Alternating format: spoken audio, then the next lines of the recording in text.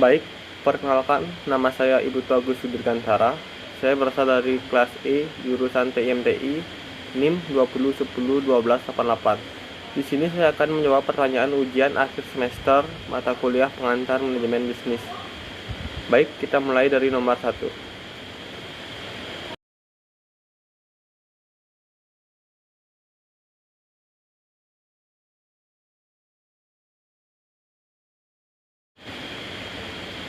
Yang dimaksud dengan insight stakeholder adalah pihak pemangku kepentingan atau beberapa kelompok yang memiliki kepentingan di dalam perusahaan yang dapat mempengaruhi atau dipengaruhi oleh tindakan dari bisnis secara keseluruhan. Stakeholder dikelompokkan menjadi dua, yaitu stakeholder internal dan stakeholder eksternal. Baik, ini adalah penjelasan stakeholder internal dan stakeholder eksternal. Stakeholder internal meliputi organisasi industri itu sendiri, pemegang saham, pemilik bisnis, dan para karyawan.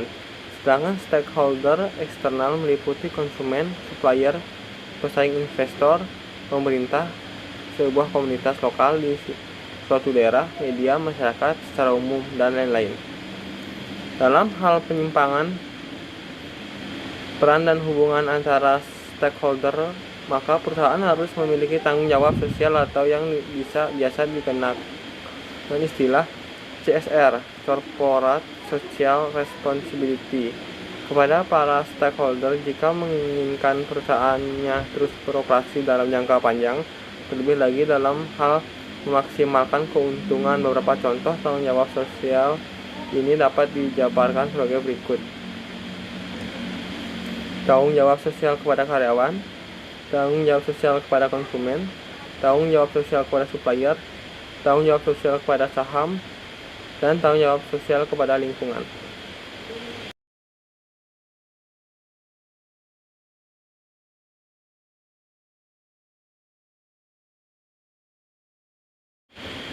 Tujuan jangka panjang atau bias juga disebut goal jangka panjang, didefinisikan sebagai hasil yang dicoba untuk dicapai oleh suatu perusahaan selama periode waktu tertentu, biasanya selama 5 tahun. Tujuan jangka panjang yang umum digunakan yaitu profitabilitas, produktivitas, posisi kompetitif, pengembangan karyawan, hubungan dengan karyawan, kepemimpinan teknologi, dan tanggung jawab pada masyarakat. Tujuan tersebut atau tujuh jangka panjang lainnya seharusnya dapat diterima fleksibel, terukur seiring berjalannya waktu, motivasi sesuai dapat dipahami dan dicapai.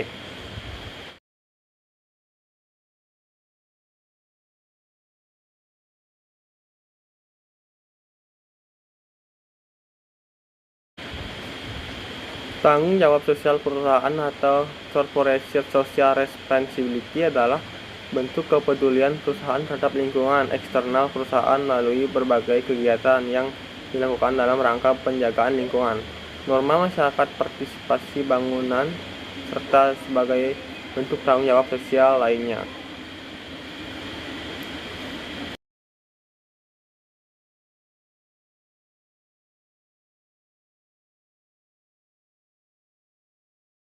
Keputusan terprogram adalah tindakan menjatuhkan pilihan yang berlangsung berulang kali dan diambil secara rutin, dan organisasi biasanya menyangkut pemecahan masalah yang sifatnya teknis serta tidak memerlukan pengarahan dari tingkat manajemen yang lebih tinggi.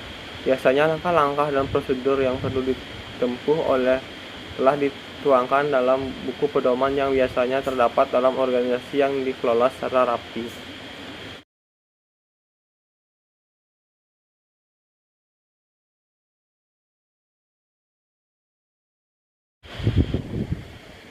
Peran penting struktur organisasi. Struktur organisasi perusahaan yang baik menjadi hal yang sangat penting bagi perusahaan.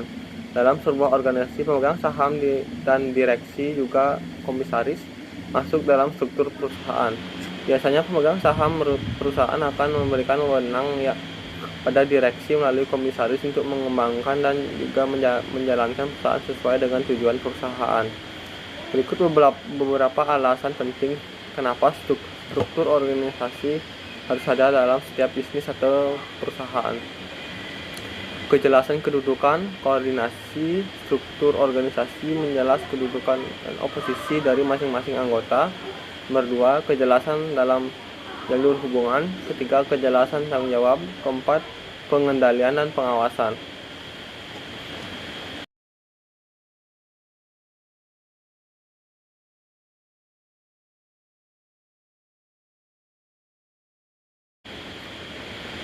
Syarat pemberian motivasi yang efektif adalah: yang pertama, mendengarkan dan menghargai ide-ide karyawan.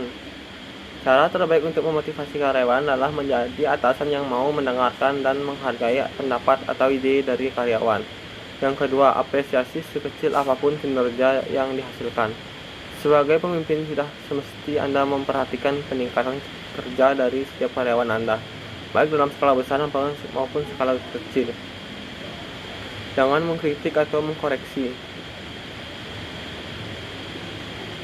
Kritik dan koreksi memang diperlukan agar membuat hasil pekerjaan menjadi lebih baik dibandingkan sebelumnya. Pelihara interaksi sosial yang baik. Komunikasi yang baik antara atasan dan karyawan dapat membuat hubungan menjadi lebih baik. Yang terakhir, membuat suasana kerja yang positif dan menyenangkan. Cara lainnya yang bisa digunakan untuk memotivasi karyawan adalah dengan membuat lingkungan kerja senyaman mungkin.